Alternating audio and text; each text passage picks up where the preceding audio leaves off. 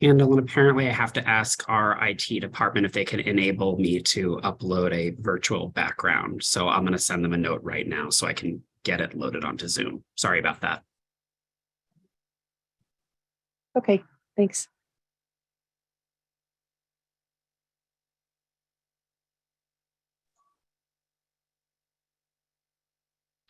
Okay, I think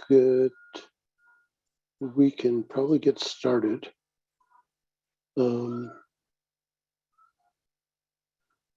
This is the Commission on Chicago Landmarks, our regular meeting on today's date is November 3rd, 2022.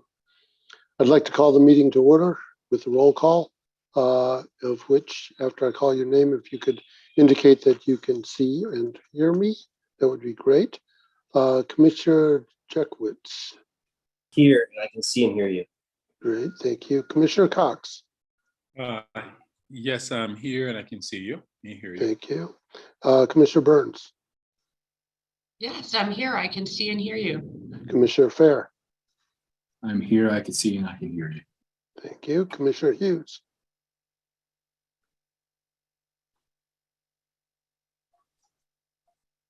Is Commissioner Hughes here yet? She'll probably join us later. Commissioner Ponce. I can see and I can hear you. Thank you. And Commissioner Rubin. I'm here and I can see and hear you. Thank you. In 2020, Governor Pritzker signed Public Act 101-0640, making certain amendments to the Open Meetings Act so that we, along with other boards and commissions, can continue to host virtual meetings during the COVID-19 public health emergency, provided that certain conditions are met. One of those conditions is that I, as head of the Commission on Chicago Landmarks, determined that an in-person meeting of the Commission on Chicago Landmarks and its Permit Review Committee are not practical or prudent.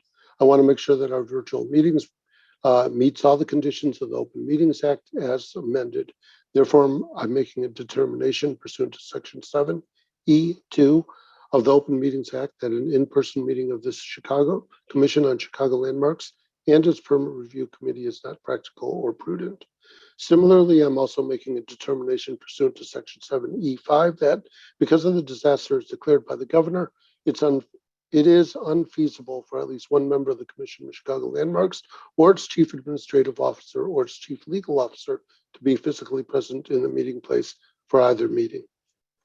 Pursuant to a resolution adopted by the Commission of Chicago Landmarks on June 4th, 2020 regarding the chairman's emergency rulemaking powers, I issued emergency rules governing the conduct of remote public commission meetings and provisions for remote public participation, effective February 18th, 2020.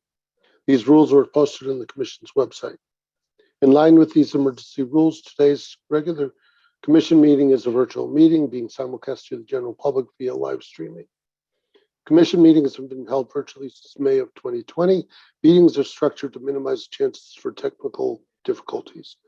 Members of the general public have been encouraged to submit written statements in advance of the meetings, and these have been posted on the Commission's website and are available for viewing during the virtual meeting at www.chicago.gov/CCL.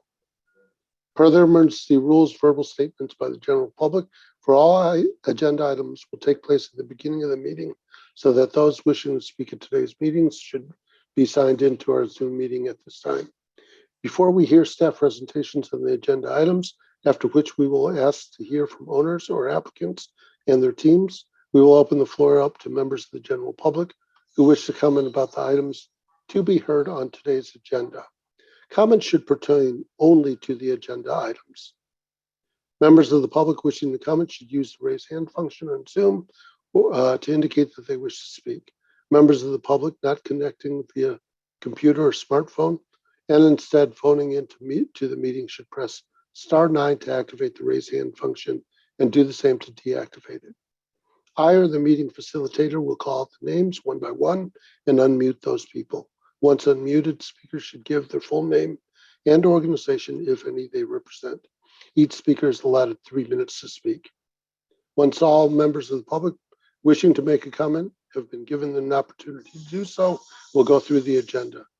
I would ask that our owners or applicants and their representatives, as well as aldermen, wait to speak until after the staff presentations have been made on the agenda item. We'll call on you then.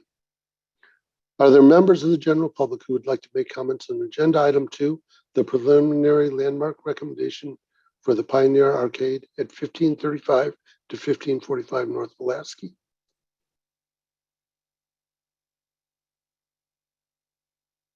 Has anybody signed up for that? Yes, can you hear me, Mr. Chairman? We sure can. Thank you, Ward. Yes, Mr. Chairman and members of the Commission on Chicago Landmarks, I'm Ward Miller. First, we'd like to welcome our newest commissioner, Adam Rubin, to serve on the Commission on Chicago Landmarks. Welcome, Commissioner Rubin. We look forward to working with you.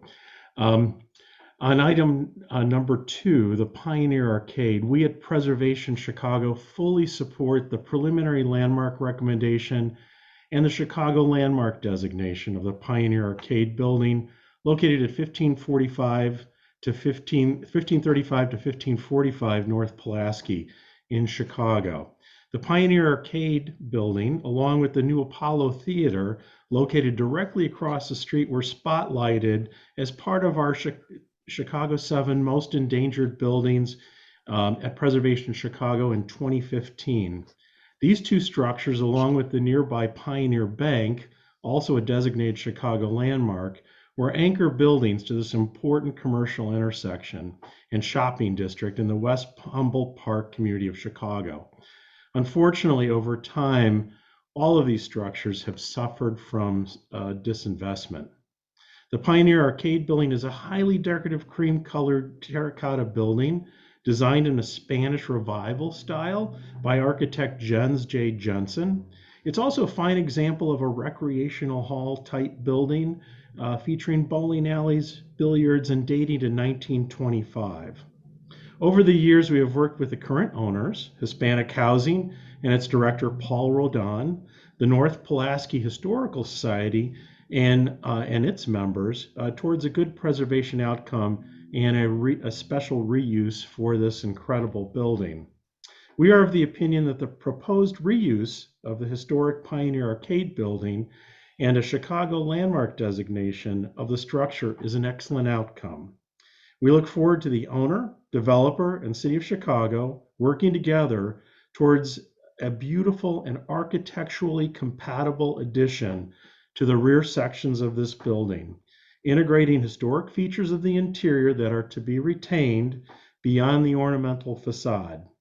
We therefore fully support the preliminary landmark recommendation for the Pioneer Arcade building. Thank you. Thank you, Mr. Miller. Is there anybody else that have signed up to speak on this item? Chairman, there are no hands raised. Okay, thank you. I believe that it's all the members of the general public who've indicated they'd like to speak on agenda items. Therefore, this concludes the public comment portion of the meeting. Before we proceed, I'd like to welcome a newly appointed member of the commission, Adam Rubin. Adam joins us from the Chicago Architecture Center, where he served as the Director of Interpretation since 2018. He also used his master's in historic preservation and American studies from George Washington University to conduct survey and research work for civil tech engineering. Before moving to Chicago, Adam produced educational materials for several organizations in New York City, including the Rock and Roll Forever Foundation, Landmark West, and the Brooklyn Historical Society. He has also been a board member for the Glessner House in Docomomo, US. Welcome to the commission. Would you like to say anything, Mr. Rubin? I'm very honored to be joining some really esteemed colleagues. This is a career kind of milestone to be able to participate in this type of a public process, and I can't wait to get started. So very excited to meet some of you for the first time and see some of you in a continuing capacity. And here we go. We look forward to it. Thank you, sir. All right, first item on the agenda is the approval of the minutes for the previous meeting. Those have been included in your package for the regular meeting of October 6, 2022. Is there a motion is there any discussion, first of all, regarding those minutes? And if not, is there a motion to approve those minutes? Apologies for interrupting, Chairman, but Commissioner Hughes has been able to join us. Oh, thank you. So for the record, Commissioner Hughes has joined us. And also for the record, I'm here also. Commissioner Wong, we do have a quorum. Sorry about that. I should have mentioned that before. So is there a motion on the table? Would somebody like to make a motion to approve the minutes from last month? So moves. Commissioner. Thank you, Commissioner Jekowitz. Seconded, Second. Commissioner Fair. Thank you. All in favor, I'm going to do the roll call. Commissioner Cox, Yes. Commissioner Burns, Yes, Commissioner Hughes, Approved. Commissioner Ponce, Yes. Commissioner Rubin, Yes. and I'm a yes as well. The minutes are approved.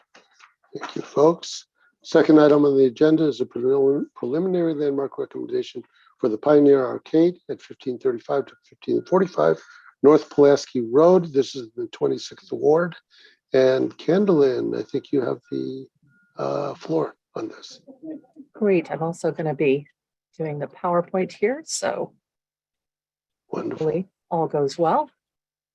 Can you guys see that? We sure can. Okay, great. So good afternoon. The Pioneer Arcade at 1535 North Pulaski was designed by Jens J. Jensen for entrepreneur Konstantinos Gust Regas and was completed in 1925. With its impressive terracotta facade, the Pioneer Arcade is one of the last remaining and perhaps most ornate of the Chicago Commercial Recreation Center buildings. These commercially run bowling and billiards halls sprouted in neighborhood commercial districts across the city when Prohibition put an end to legal saloons, which had provided access to these types of entertainment. The Pioneer Arcade illustrates the shift in perceptions about the previously alcohol and gambling tainted games and the development of America's 20th century leisure culture embodied in the games of bowling and billiards. As seen in the map at left, the Pioneer Arcade is located just south of the intersection of North Avenue and Pulaski Road in the Humboldt Park community area. The photo at right shows its proximity to and visibility from that intersection. Based on evaluation of the property, historic preservation staff believe that the Pioneer Arcade meets two criteria for Chicago landmark designation, including criterion 1 for heritage. Bowling and billiards were two of the most common forms of entertainment found in Chicago's ubiquitous saloons of the late 19th century. Players might compete, but it was on a casual level. Citywide competition wasn't feasible due to different variations, rules, and dimensions of equipment and locations for bowling and pool. In 1895, the American Bowling Congress was organized to regulate alley size, scoring, game rules, etc. This led the way for a shift in how bowling was played and how players saw themselves and their games in the following decades. Players began to organize more formal competitions. In 1901, Chicago hosted the first modern bowling tournament in the United States, with 41 teams from across the nation. Though billiards was slower to standardize, in 1916, Chicago held one of the first billiards world championship games. Chicago became the Midwestern center for the growing national indoor sports movement. By the 1930s, Chicago had established itself as a center for billiards exhibitions and was home to nationally recognized players like Alan Hall. Hall made the Pioneer Arcade his signature establishment, thereby raising its profile with well-publicized tournament play and exhibitions. The Pioneer Arcade is not only a tangible link to early 20th century leisure culture, but also to the changing lifestyle of the average Chicagoan in the 1920s. After the progressive work reforms of the early 20th century, people had more money to spend and more time in which to spend it. With the advent of Prohibition in 1919, backroom bowling and billiards had to find a new home now that legal saloons were shut down. At the same time, enthusiasts of indoor sports were becoming increasingly demanding consumers of amusement. Like moviegoers of the period, bowlers and pool players went to new recreation centers seeking entertainment and escape. In a saturated entertainment market, Expectations were high. As with their movie palace cousins, the best recreation centers were visual and sensory presentations, with indoor sports only one part of the show. Owners were challenged to offer the most up-to-date climate control and playing equipment, amenities like in-house barbers, cigar shops, dining options, and attentive staff, which gave patrons the sense that one was cared for. The June 22nd, 1924 Chicago Tribune reported that the Pioneer Arcade would be, quote, one of the city's finest, noting the claim that it would be, quote, one of the most elaborate recreation buildings in the city. There would be 4 shops on the ground floor and a billiard room with 35 tables. On the second floor, a lounge would contain spectator platforms, which looked out over 16 bowling lanes. A mechanical ventilation system would cool the building during the summer. The richly decorated Pulaski Road facade, a 2-story expanse of terracotta ornament, resembled that of an exotic Spanish palace, complete with balustraded balconies in front of the upper windows. The Pioneer's outside marquee mimicked those of glittering movie palaces, so much so that passers-by often mistook it for a cinema. From its opening, the Pioneer Arcade thrived as a bowling alley and billiard hall, regularly hosting private and employer-sponsored league tournaments and citywide competitions, and it became a long-term fixture in the social life of Humboldt Park. North Avenue and Pulaski Road are 2 major arterial streets. Originally ending 2 miles east at California, in 1895, the terminus of the North Avenue streetcar line was extended to Pulaski. By 1915, continuous streetcar service had been established along Pulaski from 31st Street on the south side to Bryn Mawr on the north side. The red lines in the 1921 Chicago Surface Lines map at the left are the streetcar lines which crisscrossed the city of Chicago. The photo at right is looking north along Pulaski toward North Avenue, and you can see the streetcars running along the tracks visible in the street. Those intersections where streetcar lines crossed typically fostered nodes of commerce that capitalized on passengers transferring between different lines. At these transfer corners, streetcar riders did convenient shopping, found local providers of needed services, and sought out entertainment options. Reflecting the higher land values due to the level of commercial activity, these neighborhood commercial districts were characterized by taller buildings located at the corners of the principal intersecting streets, with sizes tapering off down the adjacent blocks. North and Pulaski had the 5-story Pioneer Bank building, which is the neoclassical building structure in the distance in the photo, and the 3-story apartment and commercial building at its right, which housed a Walgreens and later a Woolworths on the ground floor. Out of frame on the right was where the 2-story Pioneer Arcade stood. Commercial recreation centers served roles in their communities beyond simple bowling centers or pool halls. They were sports academies where novices could receive instruction. They took on the role of de facto neighborhood social hall and gathering space where hundreds could gather to watch citywide and regional tournaments and exhibition shows. They often had their own lunch counters or cafes, stores and service providers, and lounges, and offered inviting, safe, and inexpensive evening and weekend entertainment for Chicagoans of almost every income, ethnicity, age, or gender. Staff also found that the Pioneer Arcade meets criterion 4 for exemplary architecture. The Pioneer Arcade is one of the grandest urban sports halls surviving from the 1920s and is an outstanding example of the district commercial building type known as the Recreation Center. The Pioneer Arcade is also an excellent example of the Spanish Baroque Revival architectural style infrequently used for Chicago buildings. Baroque art and architecture flourished in Spain between 1650 and 1750, and the most exuberantly ornamental phase was named after the Churriguera family. Key elements of the Churrigueresque can be found on the Pioneer Arcade's facade in the twisted columns, the exuberant ornamentation, especially above the main entrance, and in the forms of the classical style of architecture included. The Spanish Baroque Revival architectural style reached its greatest popularity during the 1920s and 1930s, particularly for large movie palaces like the Uptown Theater at left and dance halls like the Aragon Ballroom at Wright. The revival of the Spanish Baroque in early 20th century America was characterized by the use of applied terracotta ornament, which was readily adaptable to the often extravagant decorative motifs and elements of the style.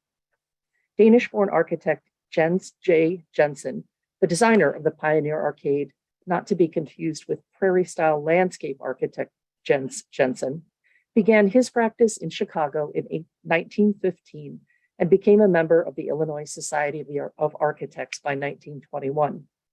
His dramatic design for the Pioneer Arcade likely brought attention to Jensen, which would have helped him to obtain two even larger commissions: the 300 West Adams Loop Office Building, which is a Chicago landmark, completed in 1927, and the monumental Guyon Hotel, located at 4000 West Washington Street, completed in 1928. He was also tapped to create mixed-use structures often located at prominent corners throughout the city. This example is from the southwest corner of Pulaski and School. Jensen's later career was focused on retail architecture, and he was a leading designer for the Charles Schrager Company, developers of Jewel food stores throughout the Chicago area. During its nearly 80 years of operation, the Pioneer Arcade went through a string of owners, but remained a commercially run bowling and billiards hall. The last owner, who operated a bowling alley in the building, entrepreneur and champion bowler Luis Gonzalez, sold the renamed Pioneer Lanes in the mid-2000s to the Hispanic Housing Development Corporation. Staff did a walkthrough as part of their evaluation of the building. There are some minor alterations on the front facade, but overall it is very intact. However, the interior is a different story and has been significantly altered. The bowling lanes and billiard hall make up the rear 85 feet of the building. At the upper right is a photo of the second floor bowling lanes. These were covered over and the space remodeled within the last decades of its operation and no longer reflect their historic appearance.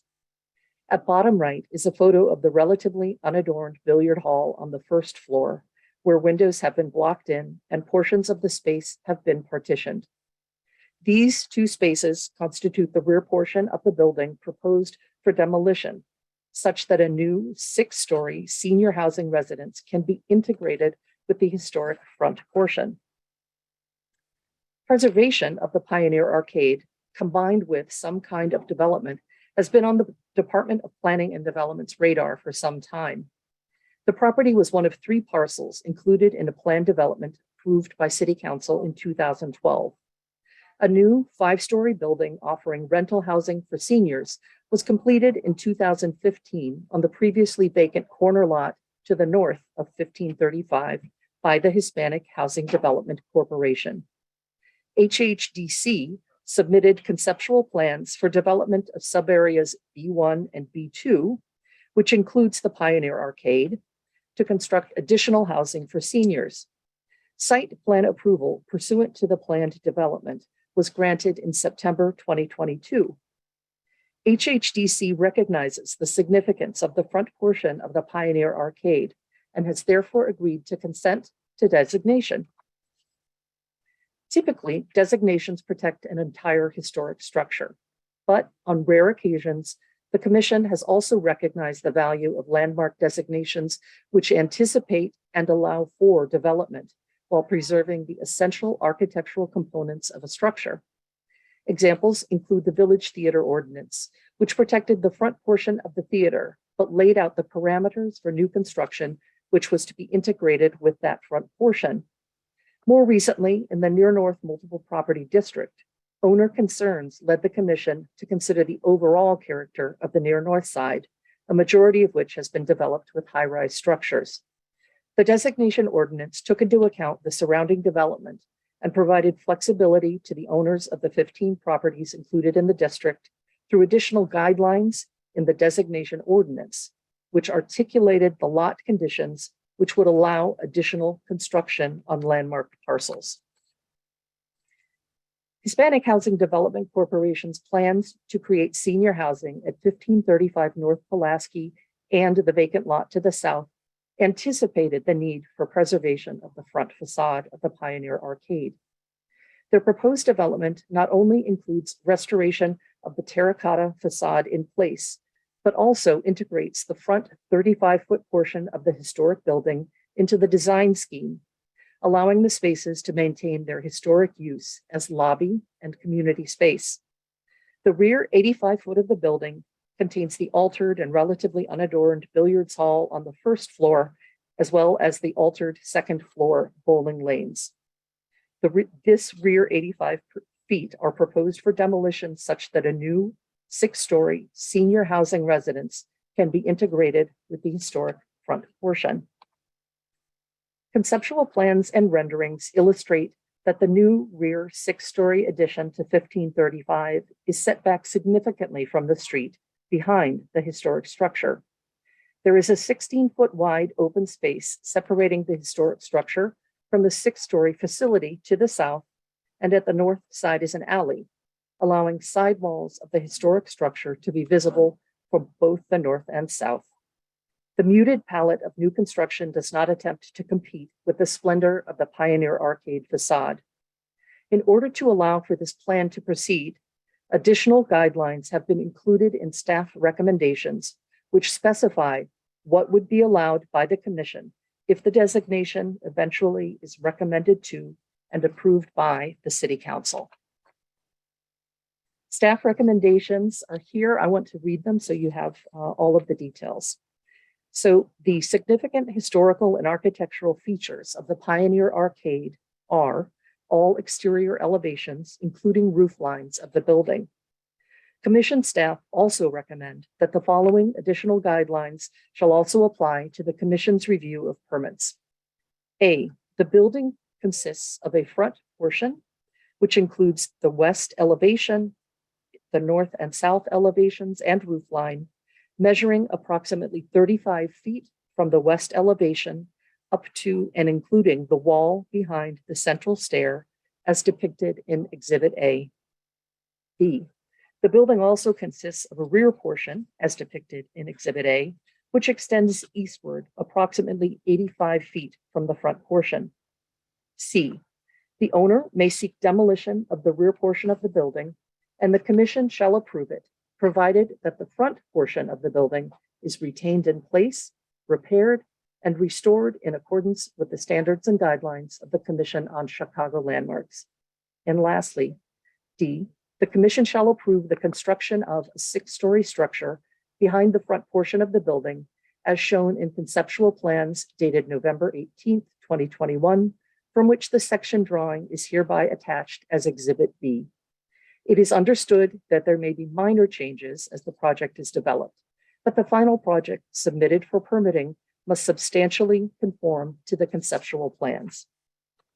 So that is the end of my presentation. Of course, I'm happy to answer any questions.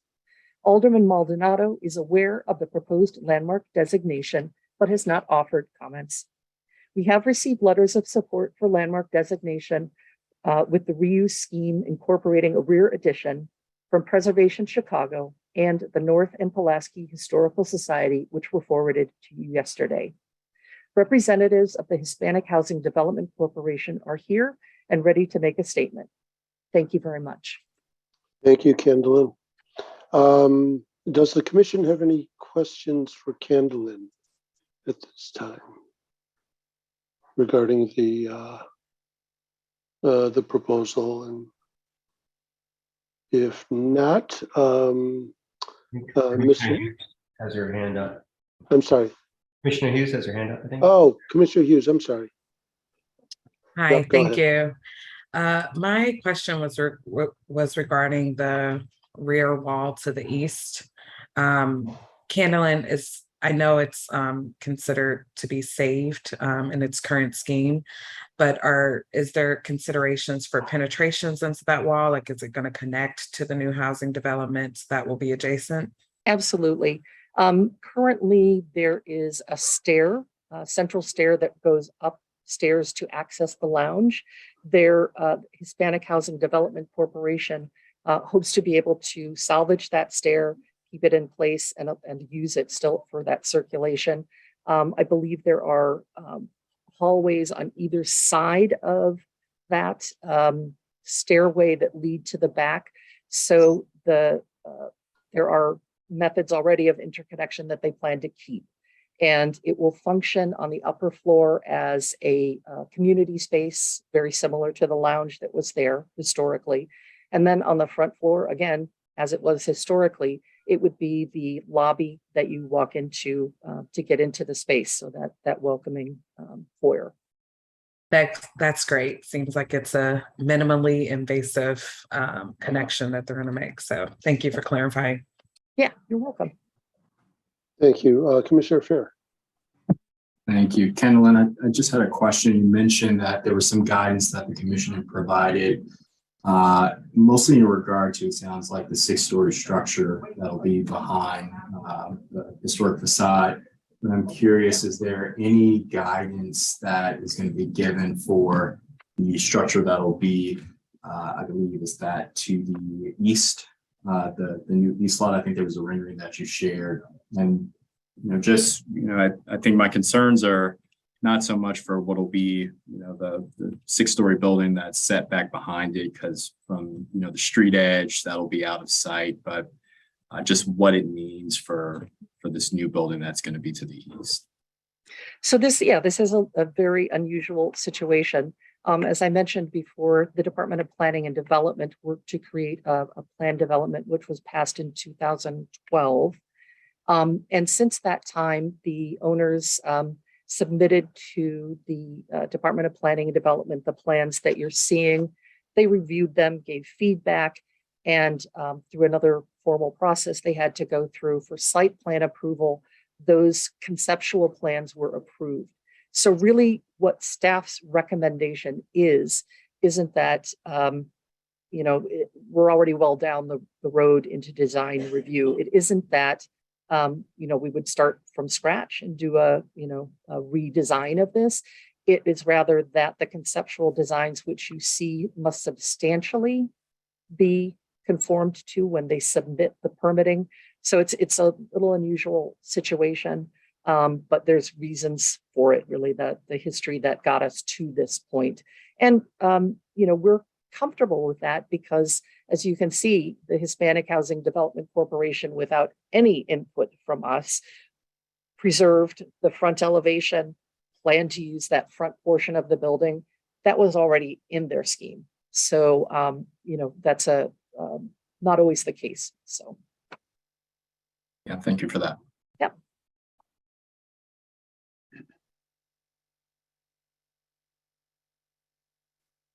Commissioner Wong, looks like you're muted. Thank you. Commissioner Jackowitz, you had a question as well. Oh, sure. Just following up on that question. I know we're not really commenting on the new building so much.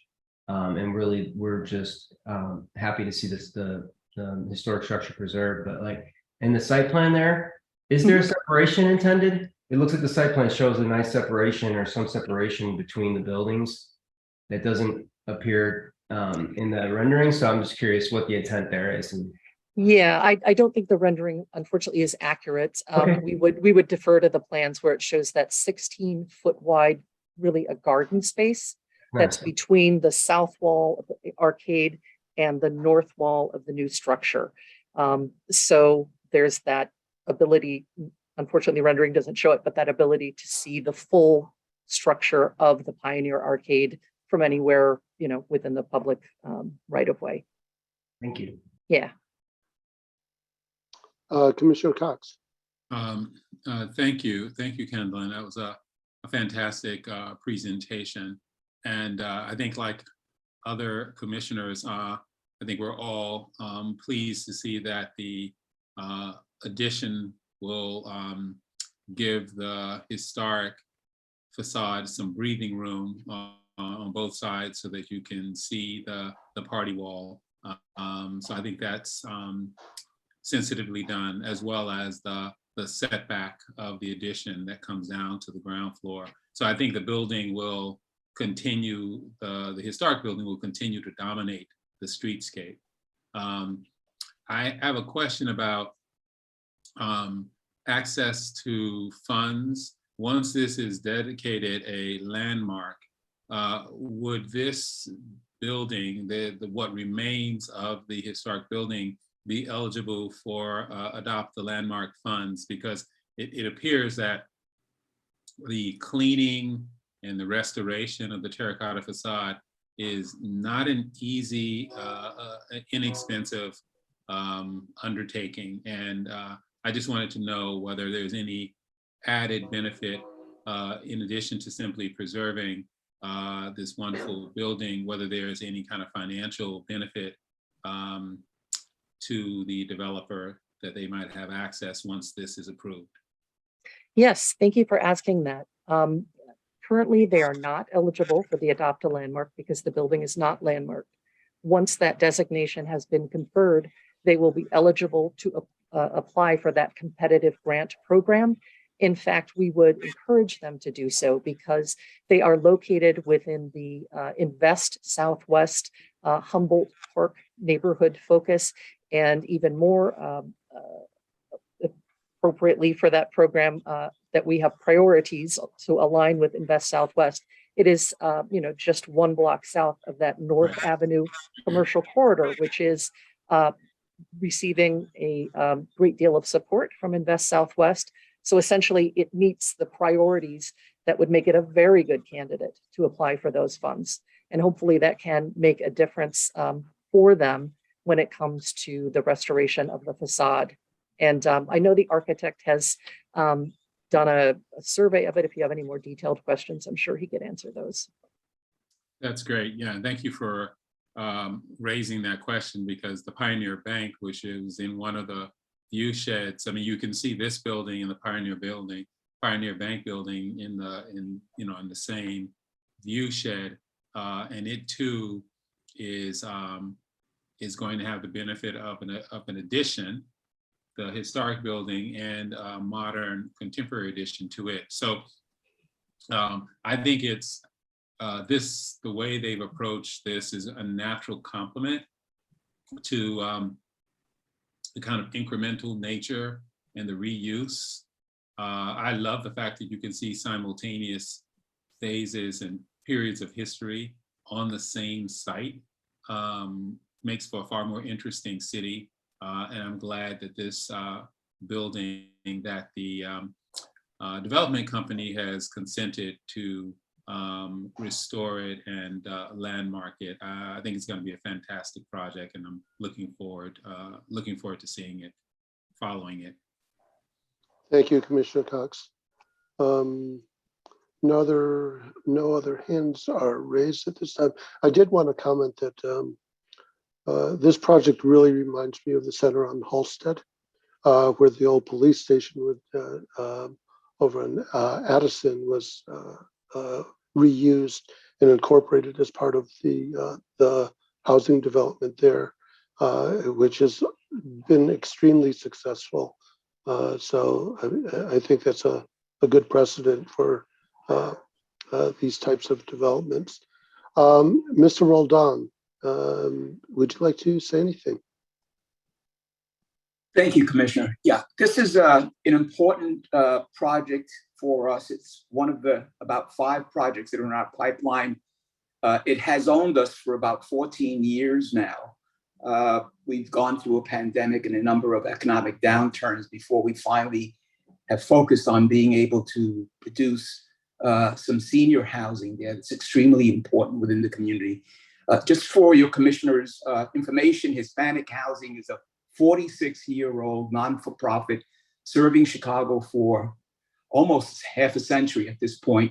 We've developed about 4,600 apartments and townhomes, both here in Chicago, surrounding communities, including Wisconsin, Michigan, Indiana, and more recently in Puerto Rico. Our mission is certainly to produce housing that's affordable for working class families and poor families in predominantly Latino communities. And this project is one of several that we're working on. We recently finished the 65th Infantry Homeless Veterans Project in Humboldt Park. We also have recently worked on Arrowhead Apartments in Palatine, a 200-unit subsidized family development. In our pipeline, in addition to the project, this project at 1535 North Pulaski, we have a property that we're working on at 1203 North California, right on the corner of California and Division, facing Humboldt Park. We're in the process of closing that 64 units of family housing. Just north of that at 1235 North California, we are working on a property where we will build a 6-story, 40-unit family development, both of those across the street from the park, both of those completely affordable. So this is part of a larger effort to anchor the Latino community in Humboldt Park, West Town, even Logan Square, at a time where just enormous gentrification pressures are going on. So we're looking forward to working with you and the commission in getting this property designated historically. Thank you. Thank you, Mr. Roldan. Does the commission have any questions for Mr. Roldan?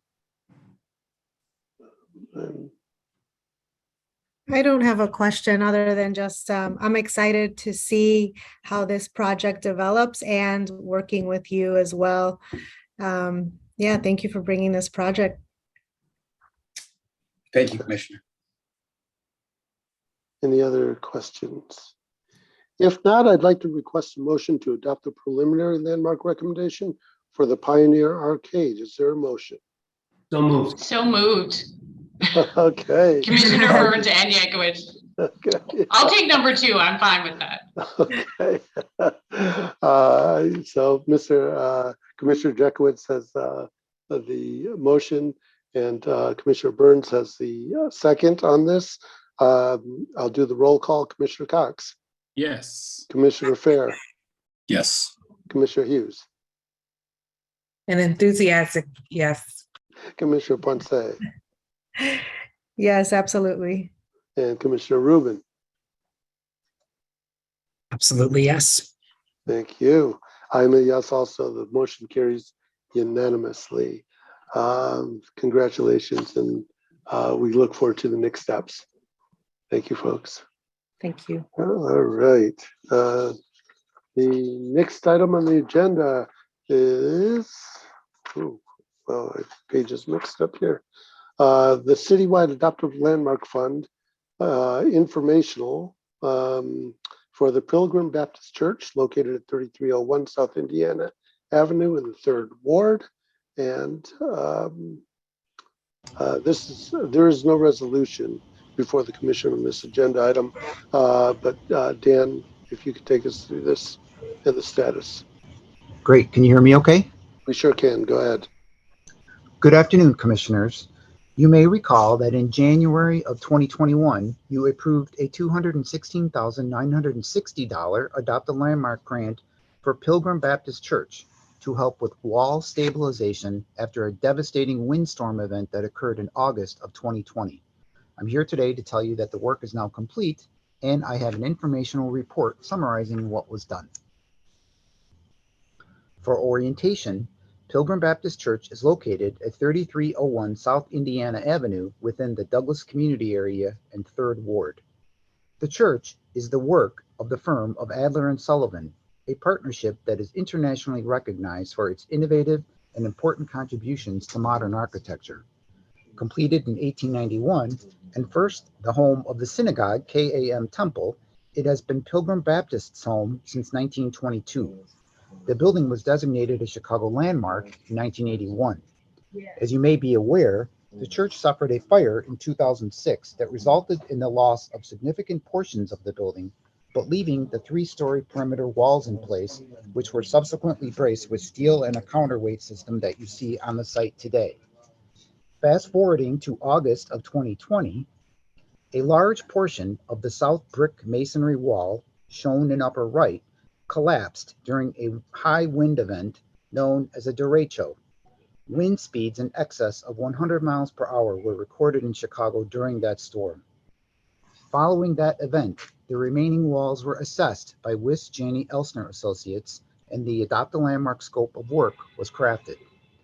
The Adopt a Landmark project included sorting through the brick to salvage as much as possible of the red face brick and storing it for future use on the site. In addition, the remaining debris was removed The remaining walls were safely dismantled and the site was secured. Central Building and Preservation was the contractor for the project.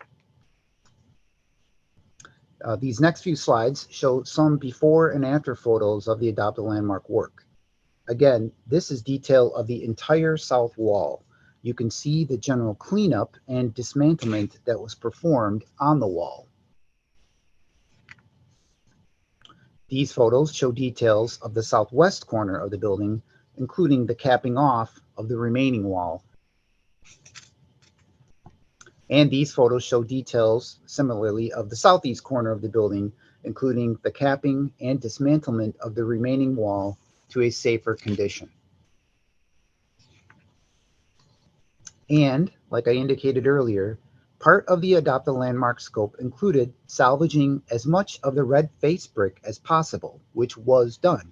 However, the team also salvaged as much of the common brick as possible and is currently reusing some of that reclaimed common brick on the backup wall on the north facade as part of the current work to the building being funded separately by a state of Illinois grant.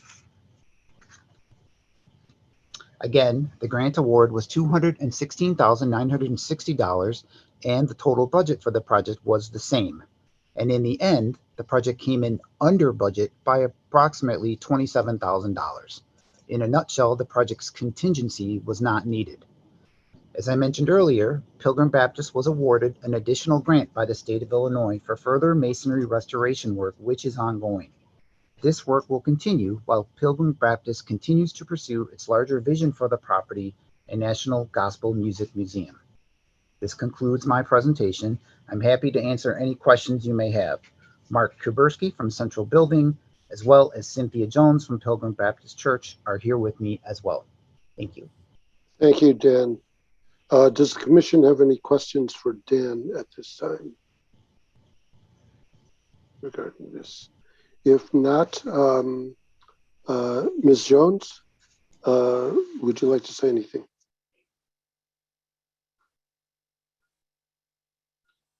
Ms. Jones?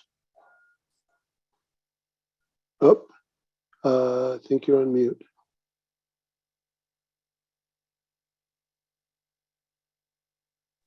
Okay, here we go. Okay, thank you. Just to say that we were very grateful to get the funds allocated from the landmark, Adopt a Landmark committee so that we could start the work, because that derecho really was an unfortunate incident that those walls have been standing like 16 years without any type of stabilization. So it was, we were able to get that work done and started, and now look forward to moving forward with the funds we have been allotted from the state of Illinois to continue to close up that building. And right behind me, I don't know if you guys can see it, they can't see me, okay. We have a rendering of that, but we were very grateful, and we are really in the process now of moving forward and closing up that building so that no further deterioration will happen. Thank you, Ms. Jones. Does the commission have any questions or comments for Ms. Jones? Okay, having none, and there was no, this is just informational only, giving us a status report on the Adopt a Landmark. So thank you very much for everything, and we wish you the best as you move forward. Thank you so much. All right. Next item on the agenda is the Permit Review Committee report. This is for the projects reviewed at the October 6th, 2022 committee meeting. And Commissioner Jakowicz, if you could tell us what's going on. Sure. Thanks, Chairman. The Permit Review Committee reviewed and conditionally approved one project at its October 6th, 2022 meeting. The report summarizing the scope of the proposed project and the committee's decision was included in your packets. This report is for your information and for the record. Thank you. And Emily? Thanks, Commissioner. For the month of October, staff reviewed 144 permit applications. A total of 157 reviews were performed by staff, and the average number of days to issue approval or correction was 3 days. Thank you. Does the commission have any questions for either Commissioner Jekowitz or Emily regarding the permits. It's quite a great turnaround there. With that, no further business. I'd like to request a motion to adjourn this meeting. Is there a motion? So moved, Commissioner All right. Hughes. And a second.